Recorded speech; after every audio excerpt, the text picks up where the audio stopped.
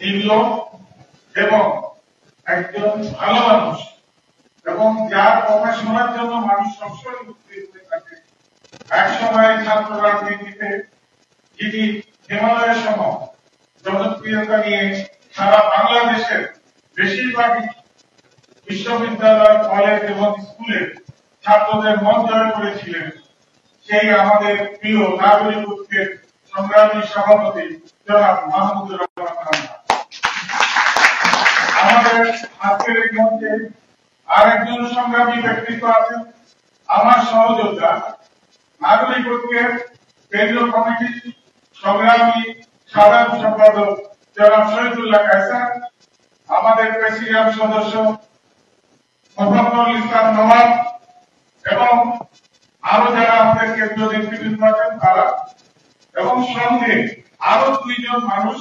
একজন মানুষকে আসলে আজকে যোগদান বলতে আমাদের একটু অন্যরকম লাগছে অনুভূতিটা, কারণ উনি তো সবসময় ছিলেন, সবসময় যিনি অ্যাক্টিভ ছিলেন তাকে যোগদান বলি কি করে।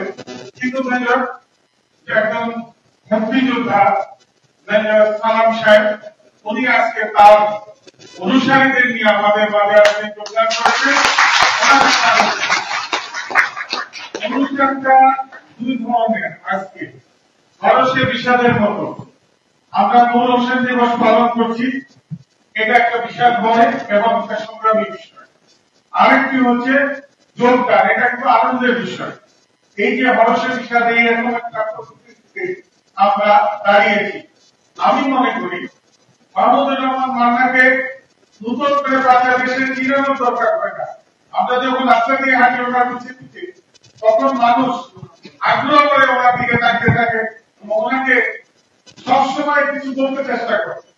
এই যে একটা বিষয়, এই বিষয়ের মূল কারণটা কি? উনি সংগ্রাম করেছেন, নির্লোভ থেকেছেন। ওনাকে জিয়াউর রহমান সাহেব মন্ত্রী বানাতেন, ওনাকে এরশাদ সাহেব মন্ত্রী বানাতেন।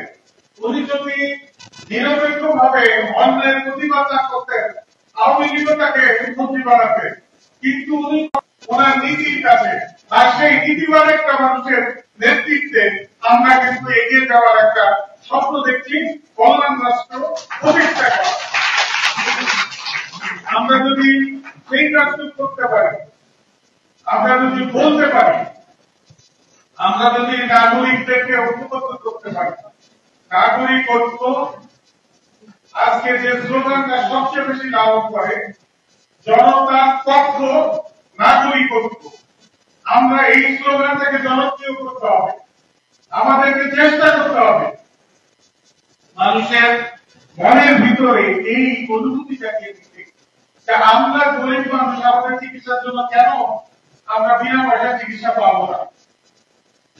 সারা বাংলাদেশে মেয়েদের জন্য কিছু শিক্ষার ব্যবস্থা আছে অবৈতনিক একটা পর্যায় পর্যন্ত, কিন্তু যারা গরিব এবং একটা দেশ উন্নত হইতে হলে যে জিনিসটা দরকার, শিক্ষার মাধ্যমে এই জিনিসটাকে সারা দেশে আমাদেরকে যদি সারা বিশ্বের সামনে শক্তিশালী হতে হয়, তাহলে শিক্ষা দরকার।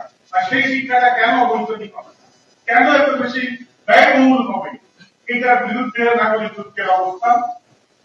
আমাদের নেতা সেই কাজটি আমাদের সামনে তুলে ধরেছেন। আমি আর কথা বলবো না। চিকিৎসা সেবা থেকে শুরু করে মানুষের বেকারত্ব দূরীকরণের এবং অন্যায়ের প্রতিবাদ করার সবকিছুর বিষয়ে আমরা নাগরিক ঐক্য, মানুষের পাশে থাকবো, এই ওয়াদাটা কিন্তু আমাদের করতে হবে। আরেকটা বিষয় আপনাদের বলে রাখি, এখন কিন্তু একটা বিষয় আসছে, সেটা হলো নির্বাচনের গাড়ি কিন্তু চালু হয়ে গিয়েছে।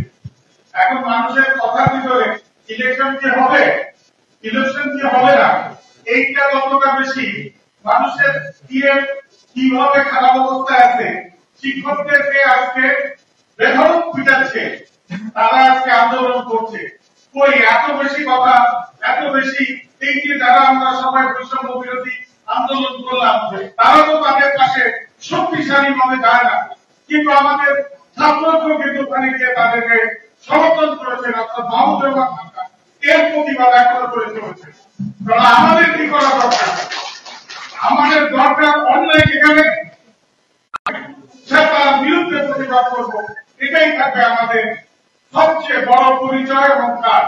এবং সেক্ষেত্রেই বাংলাদেশের বর্তমান সময়ে আমরা মনে করি বাংলাদেশের রাজনীতির একটা গুণগত পরিবর্তন করার জন্য নির্বাচনে আমরা কি অবস্থানে কোথায় গিয়ে কার সাথে আমরা নিজেদেরকে যুক্ত করি সেটা বড় কথা না।